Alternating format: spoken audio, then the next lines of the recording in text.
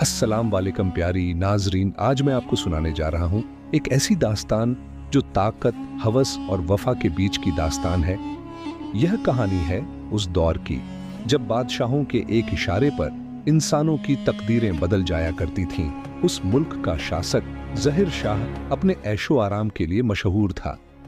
अगर उसकी नज़र किसी हसीन औरत पर पड़ जाती तो वो चाहे किसी की बीवी हो या बेटी, कोई ना कोई रास्ता निकाल ही लेता था उसे पाने, बिस्तर पर लाने का। लेकिन एक दिन उसकी नजर पड़ती है अपने सबसे वफादार और समझदार वजीर नासिर अली की बीवी फरहीन पर। फरहीन अपनी शराफत और हुस्न के लिए जानी जाती थी।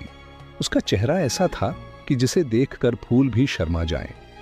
ज़हीर शाह के महल की बेगम भी उसके सामने फीकी लगती थीं। नासिर अली कोई मामूली आदमी नहीं था। उसने सुल्तान के साथ मुश्किल से मुश्किल हालात में साथ दिया था। हर फैसले में उसका मशवरा जरूरी समझा जाता। एक दिन महल में एक बड़ी दावत रखी गई। वजीर, मुशीर, सरदार सब अपनी बेगम के साथ आए। महल रोशनी से जगमगा रहा था। हर तरफ जश्न का माहौल था। और तभी ज़हीर शाह की नजर फरहीन पर पड़ी और उसकी नजर फरहीन के चेहरे से हट नहीं सकी। जैसे समय थम गया हो। उसकी आंखों में एक ऐसी चमक थी जो फरहीन के हुस्न को देखकर हवस में बदल गई। उस रात वो सो न सका, करवटें बदलता रहा।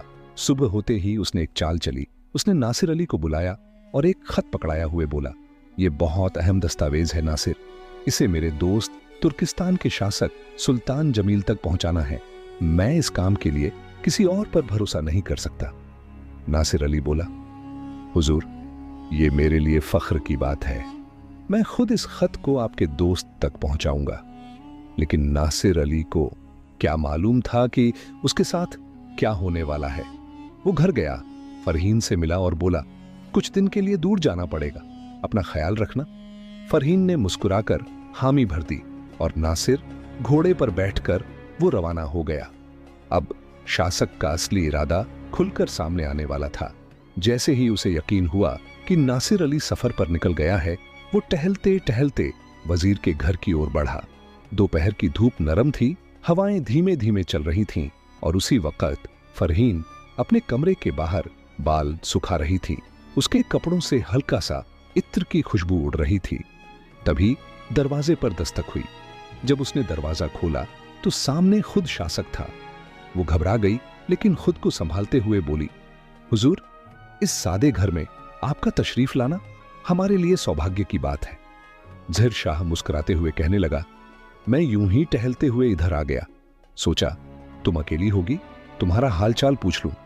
आखिर तुम मेरे सबसे भरोसेमंद वजीर की बीवी हो। बातें चाय और मिठाई के साथ शुरू हुईं, मगर जल्द ही शासक अपनी असलियत पर उतर आया। उसने फरहीन की तारीफों की झड़ी लगा दी। उसकी आंखों से हवस टपक रही थी।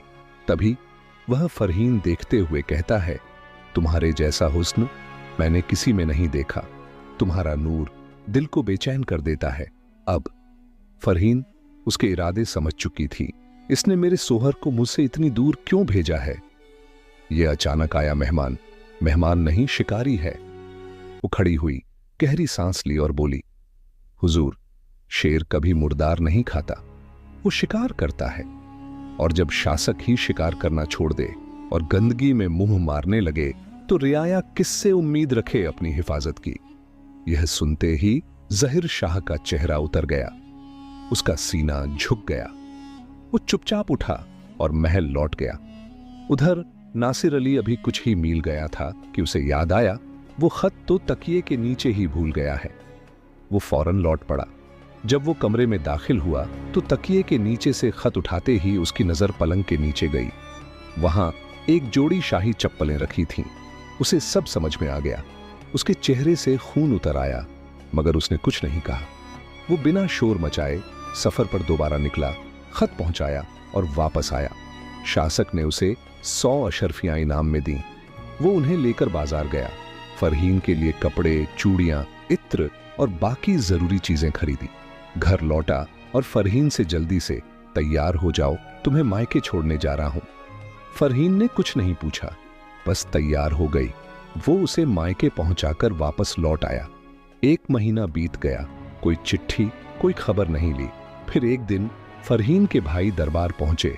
उन्होंने काजी साहब से शिकायत की, हमारी बहन को यूं छोड़ देना ना इंसाफ है। काजी ने नासिर अली को बुलाया। दरबार में सब मौजूद थे और शासक भी। फरहीन के भाइयों ने कहा, हमने एक हरा भरा बाग इस शख्स के हवाले किया था, मीठे पानी का कुआं भी उसमें था, इसने बाग वापस लौटा दिया, हमें वजह चाहिए। नासिर अली जवाब देते हुए कहा, काजी साहब, बाग में कोई कमी नहीं थी, मगर एक दिन वहां शेर के पंजों के निशान दिखे। मुझे डर लगा कहीं शेर मुझ पर ना झपट पड़े, इसलिए मैंने बाग छोड़ दिया। ये बात सुनकर दरबार में खामोशी छा गई।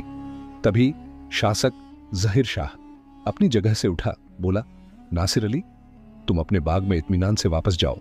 हां, शेर गया था मगर कोई नुकसान नहीं कर पाया, और खुदा की कसम, तुम्हारे बाग की दीवार जितनी मजबूत मैंने कहीं नहीं देखी।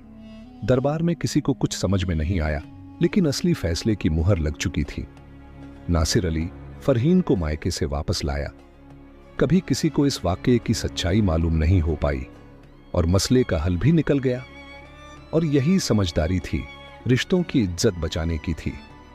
अगर आपका घर पत्थर की दीवार से बना है तो उस पर कीचड़ उछालने वालों से मुंह मोड़ लेना ही बेहतर है। और जब रिश्ता वफा से जुड़ा हो तो उसे हवस से बचाना आपकी असल मर्दानगी है।